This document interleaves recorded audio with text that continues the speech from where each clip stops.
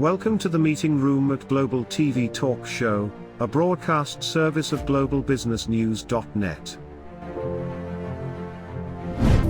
This episode from the meeting room of Global TV Talk Show is brought to you by The Bridge School, the accredited international online private school of choice, at bridgek12.org. Porch Light Rental and Destination Services.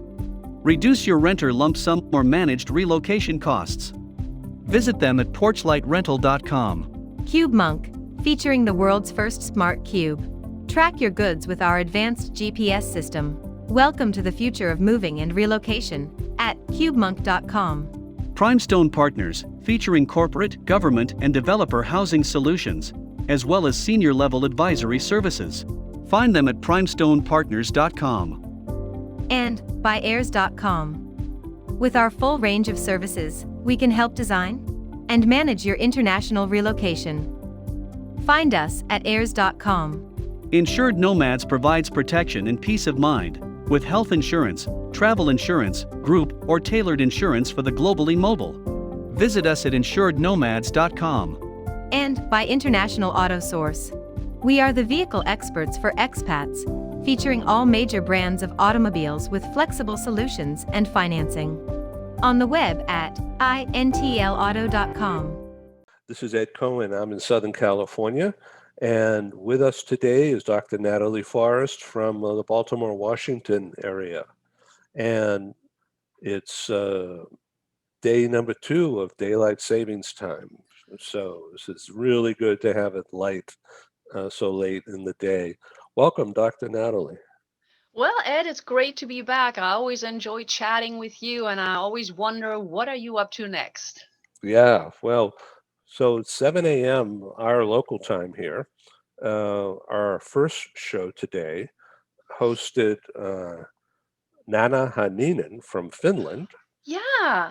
And we talked about photo journalism, photo art, and what does it mean? And that was a fascinating program. Yeah. And we just completed a show, the 8 a.m. show, that came from, was live in Bucharest, Romania. Oh, and it's early afternoon there. Yeah. Well, it was 5 p.m., I think, local. And so our guest was an attorney within the talent mobility business. And she's developed with others a digital business dealing with relocation management. And when companies get ready to ship people again, it's all going to be digitized. Wow. So that's exciting. Yeah. And now here we are today. So I wanted to ask you for comments and some instruction about the post-COVID business environment. We're rapidly approaching, hopefully. Well, So yeah. are we prepared to deal with the rush of business? Are we prepared to deal with the changed situations that our best customers and our employees are in? Are we mentally prepared for the stress? I am not sure. You know, I always try to be honest. So I am not sure. I think some people are absolutely ready. I think some people use this COVID period to figure out a number of things, from leadership to maybe it makes sense to have a few people outside the office. How do I create a community inside and outside? So I think some people are ready. And actually, I think the global HR people, that community is the group who is most prepared for it. Just because they've always had to maneuver through time zones, through different technology challenges, et cetera, et cetera. I think some others are not quite ready. And to me, it is due because there's still a lot of uncertainty. And the uncertainty resides not just in, do you really need to be in the office, but there's a lot of personal stuff that has not been addressed, whether it is if you have kids, are they going back to school or not? If you have young ones that are, well, I should say youth or older children that might be 18 to 25 that had to come back home during this period. Well, are they going back to college? Are they studying from home? What is that situation like? So that's, I think, one part that has not really been addressed as much. And then I also think, in general, there's been so much grief and trauma. And I don't think that has really been addressed. To me, we have a lot of trauma still to work through. Let's just say you left the office in March or April. You were told, okay, this is safer, just go home, work from home. And you had a great manager who turned to be a wonderful leader, kept the community going, was at your support. Now you're going back to the office, and one of your team members is no longer there. And then all of a sudden, there's like this energetic thump, and you're like, okay, we always deal with people coming and going, unfortunately, Yeah. in big companies. But it's different if they're no longer there, period. They didn't choose to just leave, they just are gone. And that kind of I want to call it trauma. I want to call it ability to grieve together. I think is really, really crucial. So what about the fact that, okay, so we're called back to the office for Hmm. one day a week, okay? And the day may vary. Yeah. One day Friday, another day Wednesday, whatever. Hmm. Okay. And you go back in, and somebody that you meet either gets sick Hmm. or is, Hmm. and they weren't vetted or something. Right. And then you bring back that illness into your house. Yes. Um, That's a mess. and I think that's a lot of the fear that is occurring. One of the questions that I'm trying to find the answer to is, can a company require you to get vaccinated? Yeah, Because we're getting it's a into, social issue, not just a legal issue. well, yeah, it's a social issue and it's also a religious issue, right? Hmm, that's right. So, because there are religions, or faith or spiritual beliefs where you can't take any of that, and we even run into that with school children, like on a regular basis. The parents say no because of their beliefs, and you can't tell them they're wrong. It's their belief. So, how do we deal with that? And then the uncertainty when you come back to the office. Is it that everybody's vaccinated? Are you vaccinated? Are you not vaccinated? And then we keep hearing about side effects of continuously wearing masks. So it's like, what are you doing? How will we figure this out? And I have to say, I'm not a proponent of fear mongering, but I know that a lot, and you're not either. So I know there are a lot of people who have these fears. I see us really being at this point in the world, at a crossroads where we're actually, I believe we can be pretty confident that this will be not over, what will be manageable come the fall. I'm very confident about that. And that might just be me doing positive thinking. Yeah. But, in all of that, we still have some of those concerns, and we still have the school. And if somebody in the school gets sick, like you mentioned, if I bring it home and now somebody in my house gets sick, and then my daughter may take it to school, then the school or her class has to shut down. So how does that affect everybody else? And then we're back to square one. A friend of mine can't go to work because school's closed. So I think there's still a lot of kinks to be worked out. And at the same time, I think that this year has shown us the true human spirit in some ways of collaboration and helping each other. I think it's really been where people have been reaching out to each other more, to make sure that somebody is all right, that if somebody needs help, that we will step in more quickly. We're talking with Dr. Natalie Forest, CEO, International Executive Consultant, a transformational business and life mentor, involved with corporate leadership and teamwork and training, and she's a best-selling author. Natalie is America's leading expert in personal performance, is founder of Success Revolutions and Revolutionize Your Potential, which is a series of educational trainings for individuals and corporations all across the globe. Dr. Natalie engages leaders, corporate teams, and entrepreneurs to identify patterns, consistencies for their own success. That's really interesting. Let's get into that in a minute. Dr. Natalie's engaging methods and techniques address human capital, leadership, diversity, and change management in business and personal situations. All of that leads to productivity, teamwork, retention, and that results in higher profitability for the company and less stress for you. Dr. Natalie, what about patterns and these hidden things? Tell us about that. I have patterns. Oh, yeah. Everybody We all has have them. patterns. Right? We all have them. And we have a lot that we're not aware of. I mean, how often are you on what I consider, and then other people use the same terminology, on autopilot? Those moments where, you drive down the road, you meant to go to store A, but because every Monday you go to store B, all of a sudden you find yourself in front of store B. It's like, wow, what just happened? I know. What happened? I missed that turn. I know. And that happens. And it happens every single day.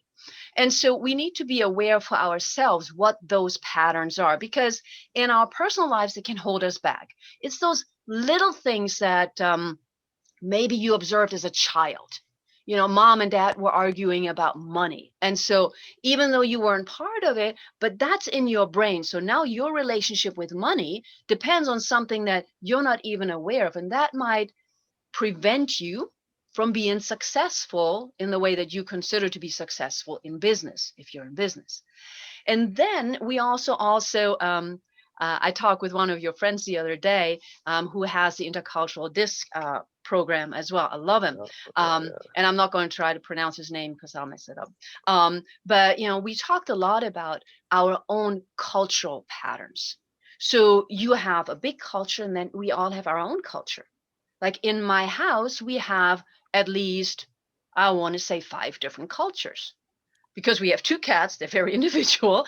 I have my patterns, my daughter, and my husband.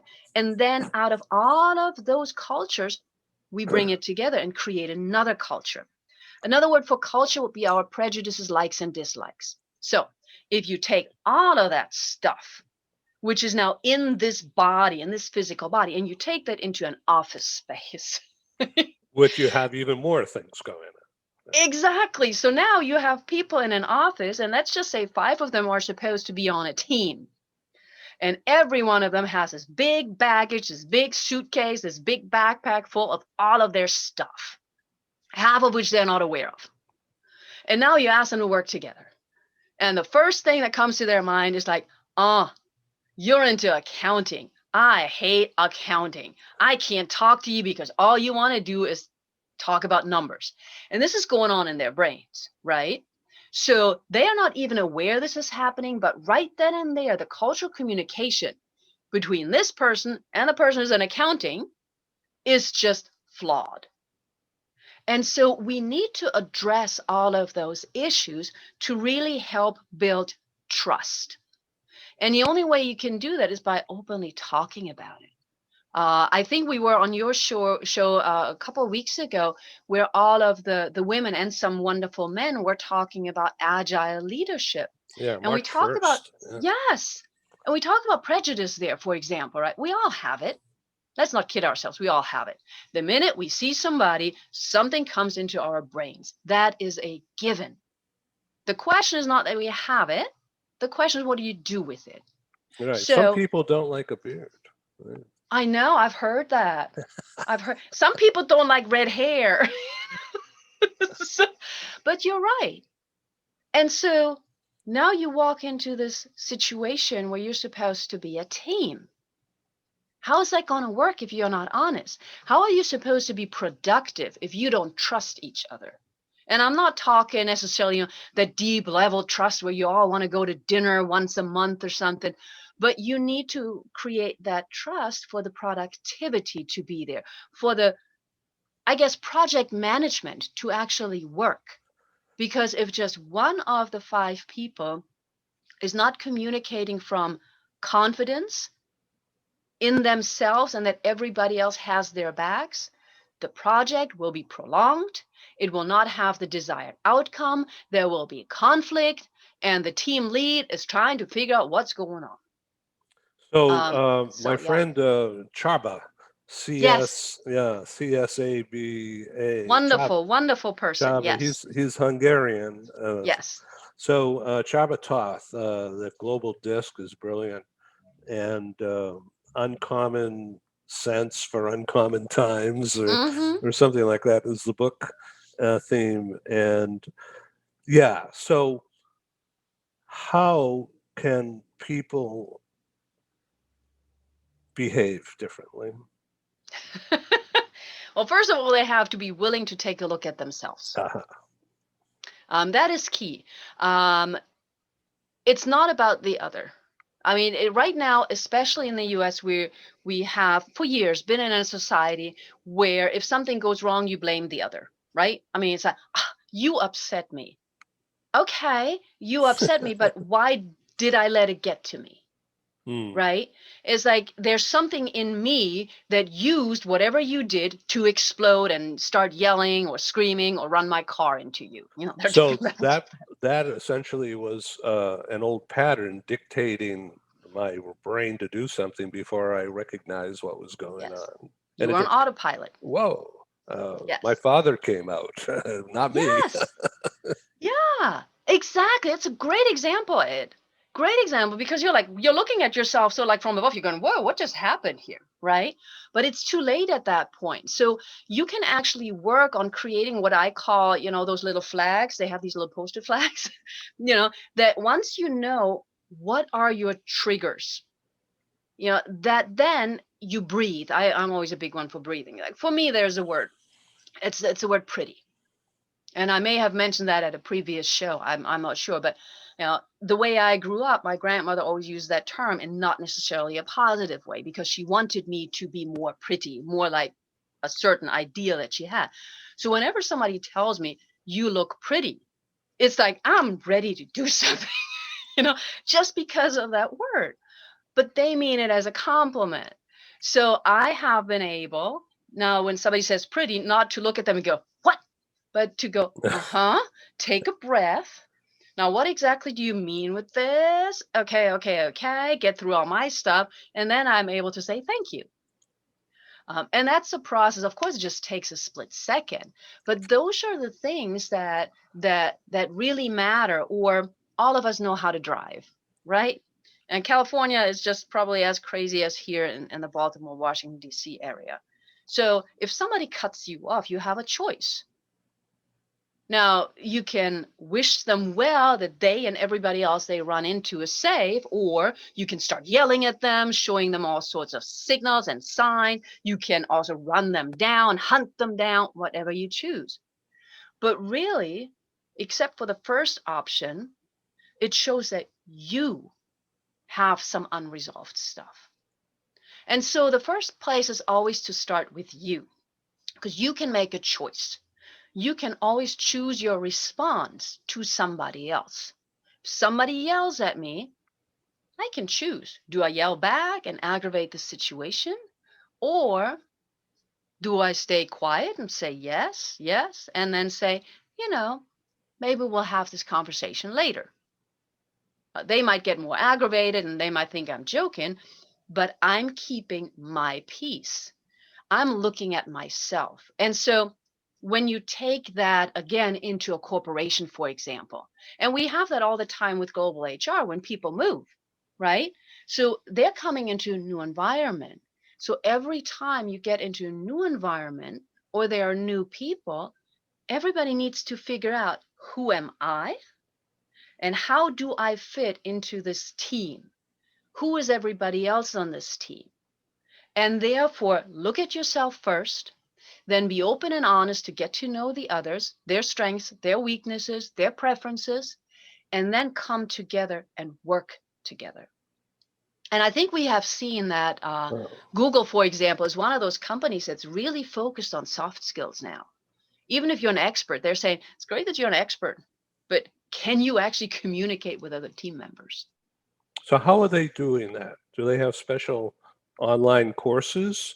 They have somebody like you who's giving out messages 4 times a day? Well, I would hope that they actually have workshops and training seminars, and some companies do. I mean, there are consultants like me, trainers like me, who are doing this just like me. We are being asked to come in. Sometimes it's sort of like an awakening situation where we come in for like a lunch and learn. And I love doing lunch and learns to figure out what's going on. And then it really has to do with going in a more organized manner. It's a project. Bringing people together is a project. So you come in once a month or every 2 weeks for 1 hour, and you figure out what is the situation in that office, who are the people, and you facilitate conversation. You facilitate very intentional, focused conversation, not just chatting. And you also need to take a look at the office space. How are they sitting? What is there? Do they have room where they can step outside and manage their stress if they do get upset in between? So you have to take all of that into account, assess the room, assess the atmosphere, work and assess the people and their cultural and intellectual and emotional biases, and then bring them together and have them talk. Years ago, we talked about this process, for example, as being appreciative inquiry, with always the question of what do you want more of? So always focus on the positive. So that was Dr. Cooper Ryder. Mhm. So appreciative inquiry means what? It means you inquire in a positive way about what people want more of instead of focusing on what is going wrong. So you bring the team together and you say, okay, this is where we are. You all seem unhappy. You're all disengaged. Now, what would you like more of? So it's not a top down. No, you It's bring more everybody in. it's more of a horizontal. Yes, you have to. You have to, because the team leader needs to be part of the team, or he or she won't really know what is happening. And Interesting, most of isn't it? yeah, most of the time is actually, I think it's the team leader who can make or break a team as well. If the team leader doesn't know their team members and cannot jump in, facilitate, and help people be confident about what they're doing, the team won't work. Have you been involved in a live training like this since COVID? No. It's coming back though, isn't it? Yes. Yeah. Well, yeah, of course, it has to. It has to. I mean, we do some of these things virtually, but it really is different if you're in the room, especially for somebody like me. You mentioned intuitive transformational mentor, right? So if I'm in a room with people, it is very easy for me to figure out where the hesitancies are and how to maneuver them. Because if you have everybody in the room, is there fear in some of the team members to speak up? And that's partially why we're using appreciative inquiry, right? So that it's not like, well, but Ed said this and I got upset. It is like, well, I would like to have more positive feedback. Okay, that goes for everybody. So when you're in a room with people where they can't be like on their phones, or where they can't have the video camera off, it is much easier to figure out what is happening. Interesting stuff. Wow.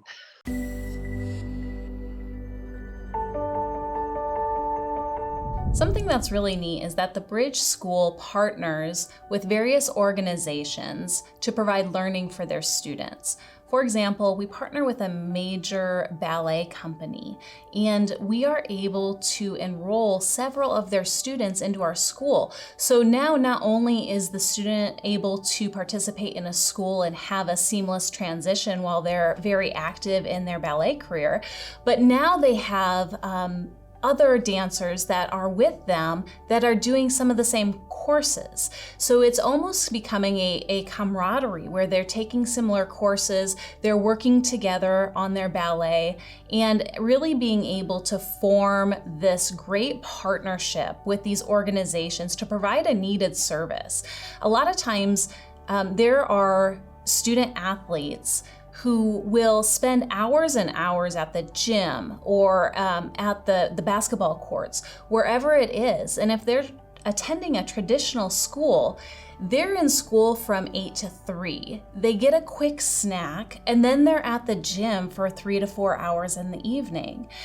Coming to us and having that partnership, they're able to break that up throughout the day. They can have a morning practice, get some schooling in, have an afternoon practice, finish their schooling in the evening.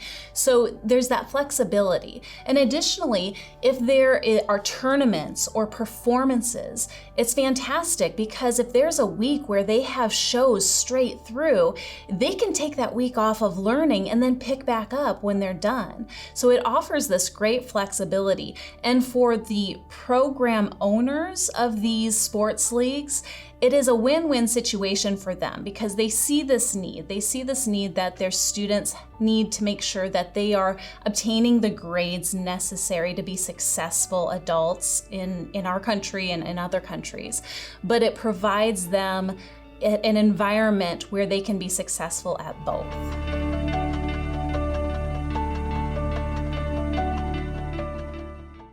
So on LA Tribune, you are a speaker, but also you're a VP operations, right? Yeah. Yes. Yes. So what does Yes. VP operations mean for a psychologist here? What- Well, that's a great question. Actually, I think the VP of operations is, in this instance, much more somebody who brings together the different strands that we're creating. Because the LA Tribune, you're in California, has a historic mission, and it has been around since the 1800s. So that is there. And now with the new owner, who I'm very blessed to call my friend, this mission of community outreach and community information has really expanded. So it's still, the focus is still community outreach and connecting people, providing them with information and paths to positive progress. Okay. When that happens, you're still talking Los Angeles, you're talking California, but really, you're talking the United States and the world. Right. So the mission has broadened. And as part of that mission, we're not just a paper. I mean, you've gone digital, right?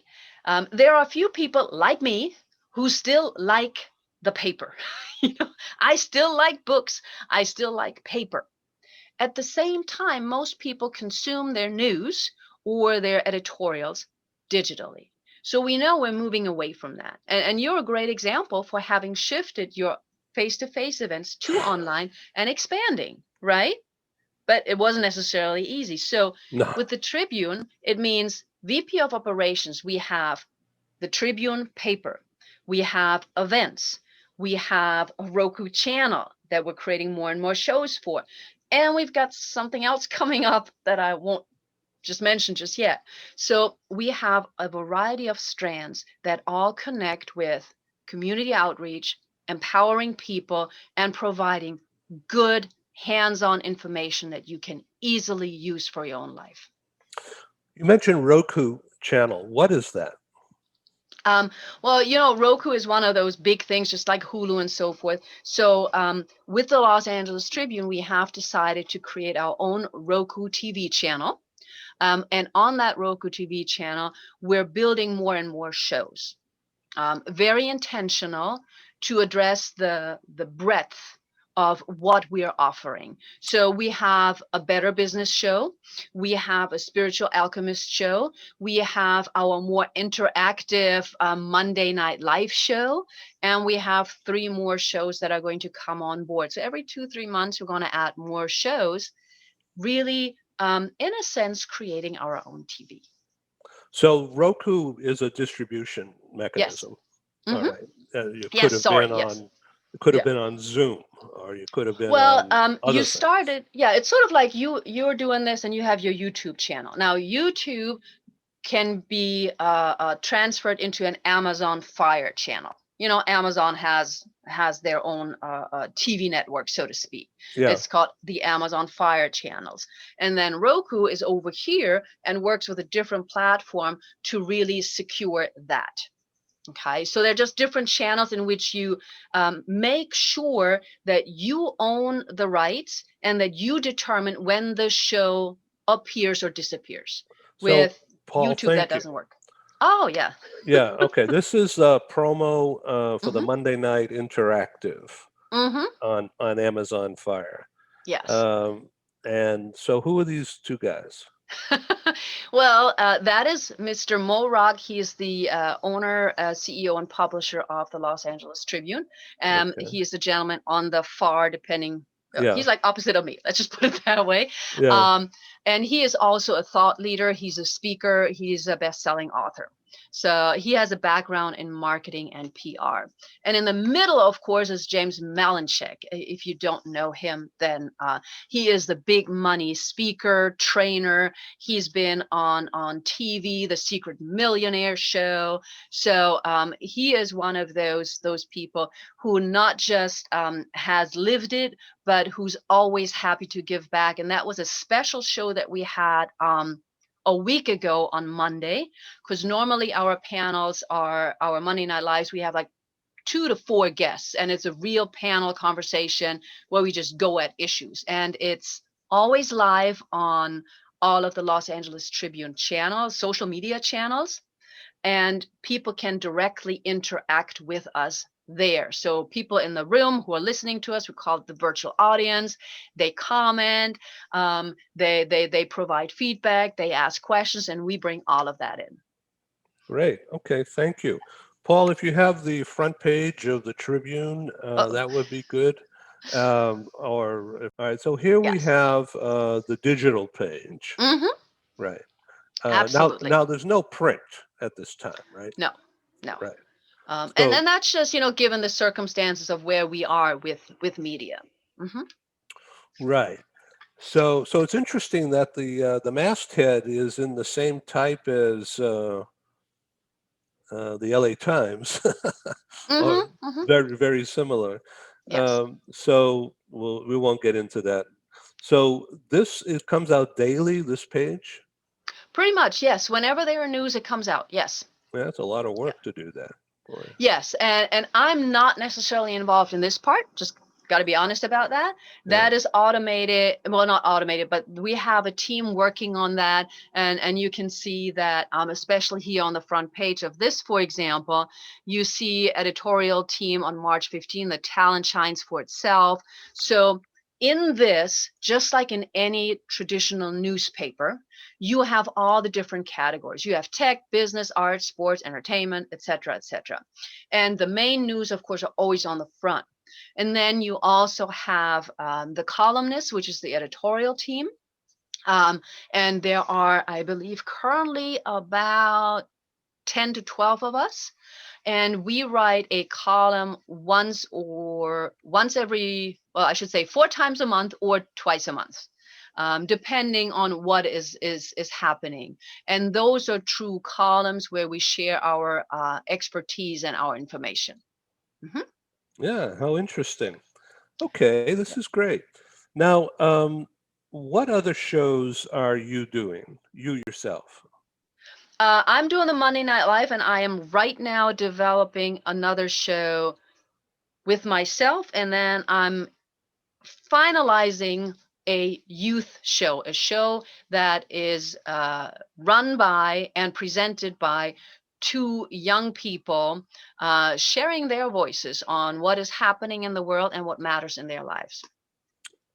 Male and female? Yes, How cool. That's great. yes, yes. Because Okay, part of what we need to do, as you know, is not forget about the youth. They're really the engine of what's coming next. right. I read somewhere that they're called Generation C, not I Z, but C. I'm so confused at the different Yeah, generations. I'm just like, I think we ran out of letters. Now we got to start at the top again. I'm not sure. yeah, we can go to the Greek alphabet, alpha, Yeah, I know. beta, whatever. Yeah. Yes. Okay, Yeah. okay. So now you have an international website, Hmm. and what is that called? It's Natalie Forest International, and I just updated it, or I had my web manager update it, and some stuff disappeared that I'm not happy Oh, with. oh no. Um, but it is Natalie Forest International, and that's, I mean, who's not international at this time? We've got the internet. We can be reached from everywhere. Yeah. Okay. So you're also CEO of IDU Systems, and Yes. I've met the gentleman briefly a Hmm. long time ago. And so, how do you do all this? I don't know. It is, you know, it's all the same mission. Everything I do, even though it might seem left and right, is all the same mission. It's about to bring skills and transfer skills and mental approaches to people so they can, in my words, live their lives their way.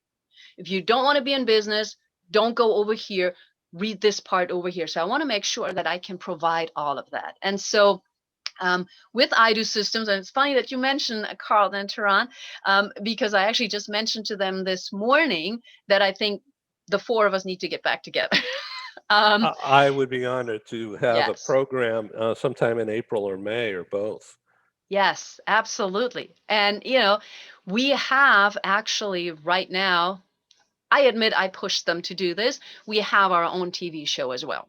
And it's called the Better Your Business Show, and it's very concise. And it is one of those things, the skill transfer, real hands-on tips.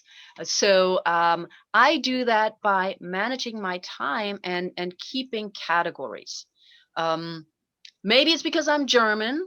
It's because I'm a woman and I can multitask.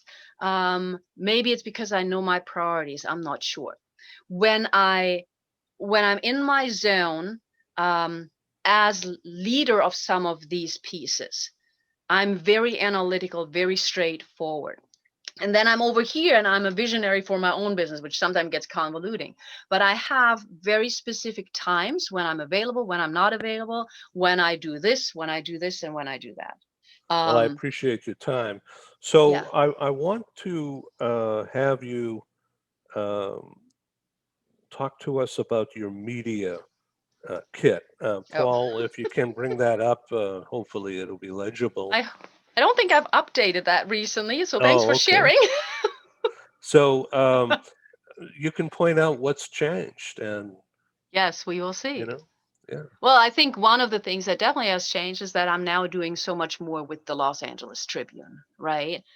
Including event organization, obviously. But let me see what. Oh, there Okay, we are. this is the LinkedIn page, which Yes. is a good place to start. Um, so this is you're the embodiment of this in this headline right here. Yes. Yeah, you just compartmentalize and step on the Yes. gas. Well, and I think that's it, right? The word, for example, there are a couple words that I don't allow in my house. I get very, very antsy about.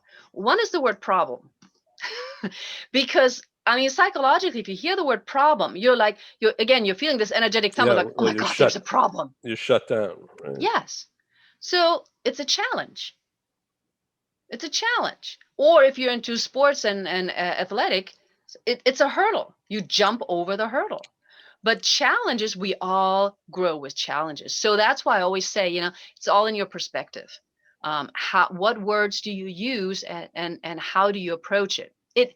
By the way, it does not mean that there are not days when I don't look at stuff and I go, oh my gosh, I just want to stay in bed today. I'm very human that way. But it all has to do with respecting ourselves, understanding ourselves. And from that place, we can then respect and understand others. So it's really in the perspective. I can say that everybody's mean and bad, or I can believe that everybody really means well. So, Paul, can you scroll down on that page a little bit? And you know exactly where to find this stuff. Right, I'm impressed. Right here in the middle, you see that thing in black and white? That's a media kit. Yes. If you could click on that, maybe that will open. Well, it's 2 pages in PDF, which might be a problem on this shit. Oh no, okay. Yay, Paul, you did it. Paul can make anything work. Yeah, Paul look can at make anything work. So there you are. Be you. Yep. Absolutely. Absolutely. That's the only way to be. You know, people talk a lot about authenticity and all of that. Key is that a lot of people really forgot who they are. I think the main thing that has changed here is really all the media logos. I need to add a few. And that's a good thing. Put the LA Tribune in there. Yes. And I changed some of the speaking topics, but they're still all about the same stuff, because I am me, and what you get is what you get.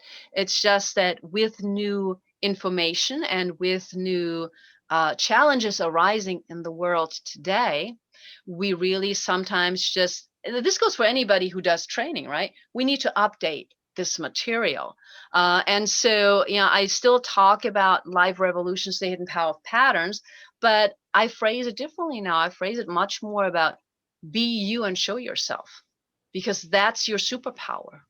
Little things like that. The rest, increased productivity, performance, retention.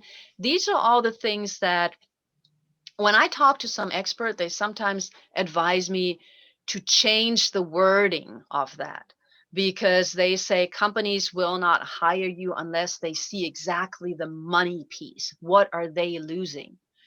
And if a company can't see that retention and teamwork and project management and productivity goes directly to your bank account, then I'm not sure. But we know that in marketing there are certain words, certain phrases that matter. So I think these are still very, very relevant. Well, thank you very much, Paul, for putting this stuff up. It's fascinating to have a look at it. So, Dr. Forest, thank you very much for your time here. And welcome you to come back in April, whether it's with the guys or doing another thing. I really learned from you, and it's comforting for me. Thank you. I enjoy spending time with you and, the voice in the back or the manager in the back. It's always great because you ask good questions that are important right now. I try to tune in. It's all in preparation. So that's how I knew where your stuff was on the site. Well, good for you. You got to prepare. Yes, absolutely. That's secret to life. Huh? You can't accelerate if you're not ready to. No, and if you prepare, then you're confident, and then even if something goes wrong, you still you can more easily recover or go with the flow. Yeah, great. Have a good day. Awesome. Great. Thank you. Thank Bye. You. Bye-bye. This is Ed signing off from Southern California. Thank you for joining us in the meeting room at Global TV Talk Show. Have a wonderful day, and stay safe.